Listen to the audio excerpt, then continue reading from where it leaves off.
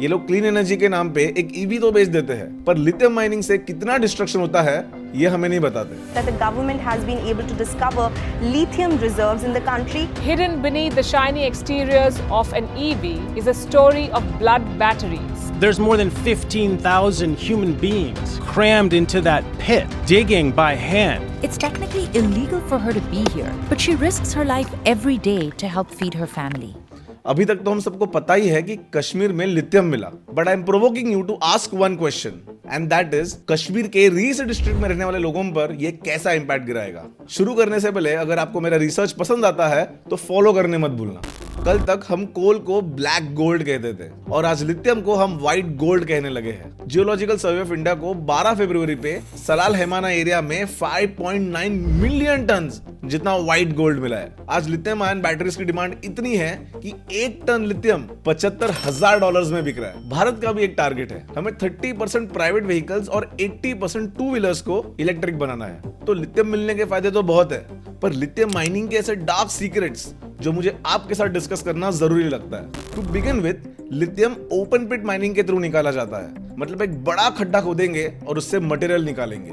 Now this operations produce tremendous amount of dust. इसका मतलब अगर वर्कर्स ने सेफ्टी प्रिकॉशंस नहीं फॉलो किए तो ये वर्कर्स के लंग्स को इरिवर्सिबली डैमेज कर सकता है। It can also lead to neurological problems which we cannot even think about. Republic of Congo का ये एग्जांपल ले लो, वहां पर कोबाल्ट माइनिंग के लिए ह्यूमंस को बहुत एक्सप्लॉइट किया जाता है। क्लियरली दिखता है कि वहां पर कोबाल्ट माइनिंग करने वाले लोगों पर कितना इफेक्ट गिरा है and we should learn from these mistakes. ये भी समझो कि 1 टन लिथियम एक्सट्रैक्ट करने में 15 टन जितना CO2 एमिट होता है। हाँ, मान लिया कि ईवी से इंडिया का CO2 एमिशंस तो कम होगा, फायदा तो पूरे भारत को होगा, पर झेलना सिर्फ उनको है जो ये माइनिंग पिट्स के आसपास रहेंगे। मतलब आसपास के एरिया में water scarcity, environmental degradation, human rights violation और ऐसे काफी चीजें हमें आने वाले दिनों में देखने मिलने वाली है। आज इंडिया में भी काफी artisanal miners existing coal mines में बिना सेफ्टी या इक्विपमेंट के काम करते हैं। झारखंड, छत्तीसगढ़ और उड़ीसा में माइनिंग रिलेटेड फेटिलिटीज काफी ज्यादा है। To make matters worse, a lot of this communities are forcefully evicted from the land and homes just to make way for these mining activities. Data कहता है कि 1 लाख लोगों को घर से निकलना पड़ा ताकि माइनिंग हो सके। ऐसी खबर हम तक कभी नहीं पहुंचती क्योंकि ये करप्शन, पॉलिटिक्स और बिजनेस के नीचे दबी रह जाती है। कश्मीर को अगला कॉन्गो बनाने से पहले हमें कुछ सबक सीखना चाहिए, जहां काफी सारे बच्चे कोई प्रोटेक्शन के बिना इन इल्लीगल पिट्स में काम करते हैं, जहां कोई सेफ्टी नहीं होती, ना कोई लेबर लॉज। ऐसे माइनिंग करने वाले मार्जिनलाइज्ड कम्युनिटीज को सपोर्ट करने के लिए 2015 में डिस्ट्रिक्ट मिनरल फाउंडेशन लॉन्च हुआ और हर माइनिंग कंपनी को 10% ऑफ द रॉयल्टीज DMF को कंट्रीब्यूट करना कंपलसरी कर दिया। करेंटली DMF के पास $8.5 बिलियन जितना फंड है, पर इसमें से भी बहुत पैसा करप्शन और ब्राइबरी में मिसयूज हो जाता है और इसका सबसे बड़ा झटका इन मार्जिनलाइज्ड कम्युनिटीज को ही झेलना पड़ता है। इट्स हाई टाइम और गवर्नमेंट को इन कम्युनिटीज के प्रोटेक्शन के लिए लॉज और भी स्ट्रिक्ट कर देने चाहिए।